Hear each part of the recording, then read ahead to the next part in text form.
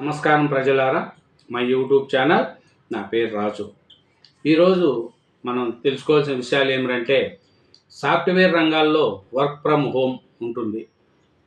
అది అందరికీ, మీకైనా మాకైనా తెలుస్తుంది. కాబట్టి వర్క్ ఫ్రమ్ హోమ్ ఉన్నదని మనకు తెలుస్తుంది కదా. తెలిసినప్పుడు ఇప్పుడు ఉండేవాళ్ళు వర్క్ ఫ్రమ్ హోమ్లో చాలామంది రాజకీయ నాయకులు కూడా వర్క్ ఫ్రమ్ హోమ్ చేస్తున్నారనేది తెలుస్తుందండి. ఎగ్జాంపుల్ మన జగన్మోహన్ రెడ్డి గారు చూస్తే బెంగళూరు నుంచి వర్క్ ఫ్రమ్ హోమ్లో చేస్తున్నారు. ఆయన 5 సంవత్సరాలు ఆంధ్రప్రదేశ్ని పరిపాలించి ఇప్పుడు పదవి పోయేగుడికి బెంగళూరులో కూర్చొని అప్పుడప్పుడు వచ్చి చూసి చుట్టం చూపుగా వెళ్ళిపోతున్నారు. అప్పుడు చంద్రబాబు నాయుడు గారు ప్రతిపక్షంలో ఉన్నప్పుడు చంద్రబాబు నాయుడు గారి గురించి చాలా విమర్శలు చేశారు వైసీపీ వాళ్ళు. ఎప్పుడు హైదరాబాద్లో ఉంటాడు, ఆంధ్రప్రదేశ్లో ఆయనకి ఇల్లు లేదు, వాకిలి లేదు, ఆయన ఆంధ్ర ప్రాంత చెందిన వ్యక్తి కాదు అని అప్పట్లో వైసీపీలో ఉన్నప్పుడు చంద్రబాబు నాయుడు గారిని కూడా అలాగే అన్నారు. ఇప్పుడు 5 ఏళ్ళు జగన్మోహన్ రెడ్డి గారు తాడేపల్లిలో సొంత ఇల్లు కట్టుకున్నాడు. ఇల్లు ఉన్నా కూడా బెంగళూరులో తన ప్యాలెస్లోనే ఉంటాడు. ఎప్పుడైనా అవసరం పడితే ఒకసారి అట్లా వచ్చి మళ్ళీ వెళ్ళిపోతాడు. ఇప్పటికి వరకు ఆయన ప్యాలెస్లోనే గడుపుతూ ఉన్నాడు. కాబట్టి ఈ వర్క్ ఫ్రమ్ హోమ్ సాఫ్ట్వేర్ వాళ్ళకే కాదు, రాజకీయ నాయకులకు కూడా చెల్లుతుంది. ఇంట్లోనే కూర్చొని ఆంధ్రప్రదేశ్లో అప్పుడప్పుడు చుట్టం చూపుగా వచ్చిపోతూ ఉంటారు. అలాగే కేసీఆర్ గారు కూడా మన వర్క్ ఫ్రమ్ హోమ్ అలోనే ఉన్నాడు. ఆయన కూడా ఎర్రబల్లిలోని తన ఫామ్ హౌస్లో కూర్చుంటాడు.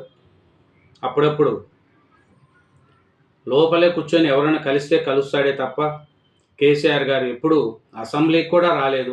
ఓన్లీ 2 days అసెంబ్లీకి వచ్చాడు. ఆయన 15 నెలల్లో 57,84,124 రూపాయలు శాలరీ తీసుకున్నాడు మన కేసీఆర్ గారు. 2 రోజులు అసెంబ్లీకి వచ్చాడు. 15 నెలల శాలరీ 57,84,124 రూపాయలు ఆయన శాలరీ తీసుకున్నారు మన కేసీఆర్ గారు. ఆయన ఎలా ఉంది అంటే 2 రోజుల్లో అసెంబ్లీకి వచ్చాడు. ఆయన తీసుకున్న శాలరీ ఎంత? ఆ శాలరీ ఎప్పటి నుంచి తీసుకున్నాడు? డిసెంబర్ 2023 నుంచి ఫిబ్రవరి 28, 2025. చూడండి, డిసెంబర్ 23 నుంచి ఆయన శాలరీ 57,54,124 రూపాయలు ఆయన శాలరీ తీసుకున్నాడు. 15 నెలల 15 month శాలరీ. అట్లా కేసీఆర్ కూడా 2 రోజులే అసెంబ్లీకి వచ్చాడు. ఆయన ప్రజల్లో కూడా పెద్దగా తిరగట్లేదు, ఫామ్ హౌస్లో ఉంటారు. ఎవరైనా కలిస్తే మాట్లాడతాడు. 10 ఏళ్ళు పరిపాలించిన కేసీఆర్ గారు ప్రజలతో మమేకమై ప్రజలతో ఏమైనా ఇబ్బందులు ఉన్నాయా అని ప్రజల వద్దకు తిరుగుదామని కేసీఆర్ గారికి లేదు. అక్కడ జగన్మోహన్ రెడ్డి గారు మనం చూస్తే ఆయన అంతే, ఎప్పుడు వర్క్ ఫ్రమ్ హోమ్లోనే బెంగళూరులో ఉంటాడు. కేసీఆర్ గారు ఫామ్ హౌస్లో వర్క్ ఫ్రమ్ హోము, జగన్ గారు వచ్చి బెంగళూరులో వర్క్ ఫ్రమ్ హోమ్లో ఉంటారు. వాళ్ళు అక్కడి నుంచే మానిటరింగ్ చేస్తూ వాళ్ళ పార్టీ కార్యకలాపాలన్నిటి కూడా కేసీఆర్ గారు ఫామ్ హౌస్ నుంచి, జగన్మోహన్ రెడ్డి గారు వచ్చి బెంగళూరు నుంచి ఈ వర్క్ ఫ్రమ్ హోమ్ నడుపుతూ ఉన్నారు. ఇది సాఫ్ట్వేర్ ఉద్యోగస్తులకే కాదండి, రాజకీయ నాయకులకు కూడా వర్క్ ఫ్రమ్ హోమ్ అనేది వచ్చినట్టు తెలుస్తుంది. కాబట్టి ఈ రాజకీయ నాయకులు 10 ఏళ్ళు పరిపాలించిన కేసీఆర్ గారు కానీ, 5 ఏళ్ళు పరిపాలించిన జగన్మోహన్ రెడ్డి గారు కానీ ప్రజల్లో ఉండి ప్రజల తరపున పోరాడాలి. ఇక్కడ కేసీఆర్ గారు అసెంబ్లీకి రారు, అక్కడ జగన్మోహన్ రెడ్డి గారు అసెంబ్లీకి రారు. జగన్మోహన్ రెడ్డి గారు అయితే ఒక రోజేమో వచ్చినట్టు ఉన్నాడు, ఒక రోజు 2 రోజులు అది తూతూ మంత్రంగా వచ్చారు. ఇక్కడ కేసీఆర్ గారు అంతే 2 days అసెంబ్లీకి వచ్చారు. జీతాల మటుకు, ప్రభుత్వ అలవెన్సుల మటుకు అన్ని విధాల లాభాలు పొందుతున్నారు. ప్రభుత్వం నుంచి అన్ని అలవెన్సులు పొందుతూ వాళ్ళు చేసే దాంట్లో మటుకు ప్రజల్లోకి రారు. అసెంబ్లీలో ఎమ్మెల్యేగా గెలిపించిన మీకు పర్యటనలో కూడా ప్రజల తరపున పోరాడాలి. మాజీ సీఎంగా ఉండిన కేసీఆర్ గారు కానీ, మాజీ సీఎంగా ఉన్న జగన్మోహన్ రెడ్డి గారు కానీ ప్రజల తరపున పోరాడాలే తప్ప వర్క్ ఫ్రమ్ హోమ్ లెక్క మీరు ఇళ్లలో కూర్చొని రాష్ట్రాన్ని పరిపాలిస్తే ఎట్లా? 5 ఏళ్ళు ప్రభుత్వ లాంఛనాలతో ప్రభుత్వ అధికారులతో అన్నీ లాభం పొంది 5 ఏళ్ళు మీరు పరిపాలించారు.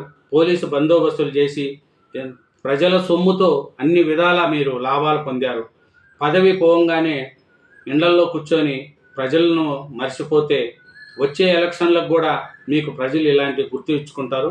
ఎప్పుడూ ప్రజల్లో తిరుగుతుండే నాయకున్నే ప్రజలు గుర్తిస్తారే తప్ప వర్క్ ఫ్రమ్ హోమ్ లెక్క ఇండల్లో కూర్చొని మానిటరింగ్ చేసే సీఎంలను కానీ మాజీ సీఎంలను కానీ ఎవరు కూడా పట్టించుకోరు. ప్రజలకు ఎలాంటి వాళ్ళు ఏమనేది అర్థం చేసుకునే స్థితిలో ఉండారు. కాబట్టి కేసీఆర్ గారికి జగన్మోహన్ రెడ్డి గారికి కూడా ప్రజల తరపున ప్రజలు చెప్పేది ఏమంటే, ప్రజల్లో తిరగండి, ప్రజల్లో ఉండండి, ప్రజల కోసం పోరాడండి, ప్రజలకు ఏమేమి చెడు జరుగుతా అంటే ఈ ప్రభుత్వం చేసే చెడును ఆపండి, ప్రజలకు మేలు చేసే విధంగా సహకరించండి, అసెంబ్లీకి వచ్చి రాష్ట్ర ప్రభుత్వానికి రాష్ట్రంలో జరుగుతున్న అవినీతి మీద పోరాడండి అనేది ప్రజలు కోరుకుంటూ థ్యాంక్ యూ వెరీ మచ్. నా ఛానల్ను సబ్స్క్రైబ్ చేయండి, నా వీడియోను లైక్ చేయండి. Thank you.